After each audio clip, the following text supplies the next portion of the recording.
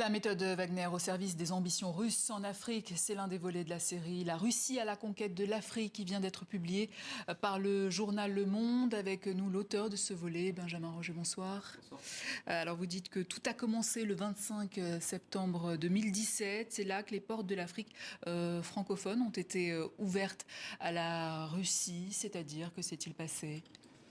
À l'époque, donc la Centrafrique était dirigée par le président Touadéra et qui avait encore du mal à contrôler le pays et qui a demandé de l'aide à la France pour débloquer qui a demandé de l'aide à la France pour aider à sécuriser le pays, et la France lui a proposé de lui fournir 1500 Kalachnikov qui avaient été saisis quelques années plus tôt au large de la Somalie lors d'une opération de la marine française. Et le problème, c'est qu'il y avait un embargo à l'époque sur les armes en Centrafrique, et donc la France a conseillé, enfin Emmanuel Macron a conseillé à son homologue Faustin Archange Touadéra d'aller toquer à la porte du Kremlin à Moscou pour plaider sa cause. Et donc c'est ce qu'il a fait. Et derrière, Monsieur Touadéra a rencontré Sergueï Lavrov à Sotchi, et c'est de là qu'a été noué un partenariat. À partir de là, qu'a été noué un partenariat entre les autorités centrafricaines et les autorités russes. Erreur stratégique de la France, dites-vous. Que propose alors la Russie au président centrafricain Touadéra ? Erreur stratégique, oui. Enfin, les Français pensaient bien faire. Il faut se remettre dans le contexte de l'époque. À l'époque, Emmanuel Macron ambitionne de renouer une relation de confiance avec Vladimir Poutine. Donc, je pense pas qu'il imaginait une seule seconde ce qui allait arriver derrière. Et donc quand Monsieur Touadéra rencontre Sergueï Lavrov, donc le ministre russe des Affaires étrangères à Sotchi, ils discutent d'un partenariat plus poussé, pas seulement une histoire de 1500 Kalachnikov pour aller équiper les forces armées centrafricaines, mais un partenariat beaucoup plus poussé. Et économique aussi. Économique aussi. Et donc en creux, c'est là que se noue l'arrivée à l'époque discrète, voire secrète, des mercenaires de Wagner. Mais on les appelle des instructeurs. À l'époque, ce sont des instructeurs russes, ouais. Ouais, comme aux plus belles heures de la guerre froide, dites-vous. Que sont-ils ces instructeurs exactement ? Qui sont-ils ? Donc ce sont des membres du groupe Wagner, qui est une société militaire privée, mais qui agit avec le soutien de l'État russe. Et donc pour la plupart, ce sont à l'époque, pour la plupart, ce sont des anciens, notamment des anciens militaires russes, qui se sont reconvertis dans cette société militaire privée, et donc qui vont mener des opérations de sécurisation, donc aux côtés des forces de défense et de sécurité centrafricaines.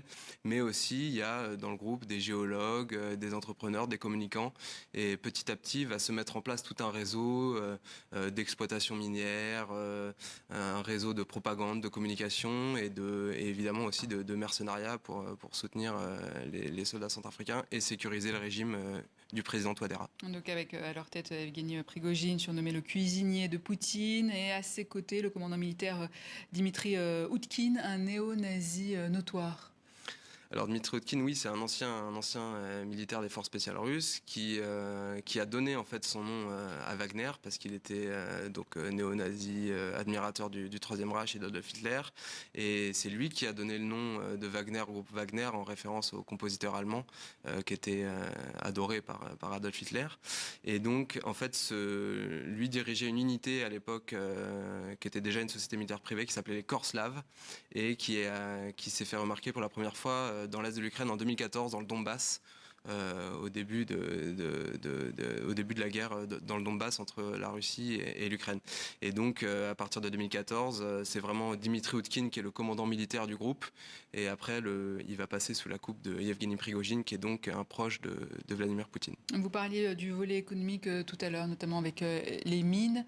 Quel était le deal exactement à ce niveau-là ? Le deal de Wagner, il est assez simple. Il a été d'abord initié en Centrafrique, qui a été un peu le laboratoire du groupe en Afrique. Enfin, d'abord au Soudan, et puis à plus grande échelle encore après en Centrafrique pour ce qui est de l'Afrique francophone. Mais le deal, il est assez simple. En fait, c'est on vous propose de sécuriser le régime, on vous appuie avec des mercenaires qui vont aller former, équiper et épauler les forces de sécurité locales. Et en échange, vous nous donnez accès aux ressources minières ou aux autres ressources locales.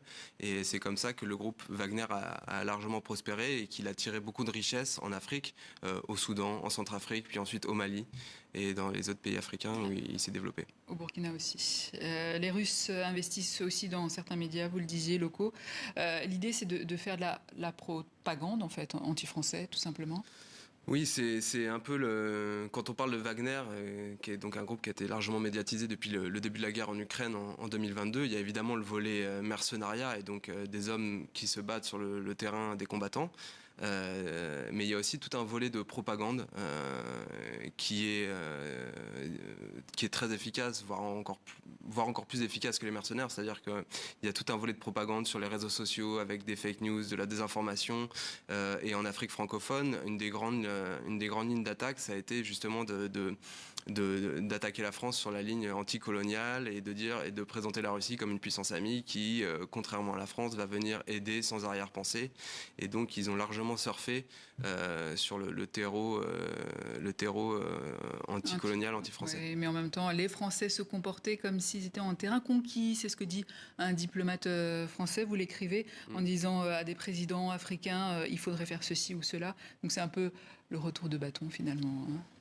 C'est ce que disent beaucoup. En fait, ce que disent beaucoup, c'est que les Russes et donc Wagner ont eu l'habileté d'exploiter à merveille, entre guillemets, si je puis dire, les échecs et l'arrogance française en Afrique de certains militaires, de certains diplomates qui, 60 ans après les indépendances, continuaient à se comporter comme si ils étaient encore chez eux. Et comme le dit le diplomate français qu'on cite dans l'article, voilà, il y a des comportements en Afrique de certains diplomates, de certains militaires français qui n'auraient jamais lieu dans d'autres pays. Mais pourtant, côté russe, il y a eu également des exactions. On se rappelle par exemple du massacre de Moura, mars 2022. Les mercenaires de Wagner et les FAMA commettent le pire massacre jamais perpétré depuis le début de la guerre au Mali en 2012. 500 civils sont tués selon l'ONU, dont des femmes et des enfants. Pourquoi de telles exactions n'ont pas d'impact finalement sur cette coopération avec la Russie ? Parce que l'information est largement verrouillée dans ces pays au Sahel aujourd'hui. Ça a été décrit d'ailleurs, je crois, par RSF comme un trou noir de l'information. Et c'est vrai, il n'y a plus d'informations indépendantes. Les journalistes indépendants ne peuvent plus se rendre sur le terrain, ont beaucoup de mal à faire leur travail. Les journalistes locaux sur place qui essayent de le faire sont menacés, voire persécutés ou contraints de fuir.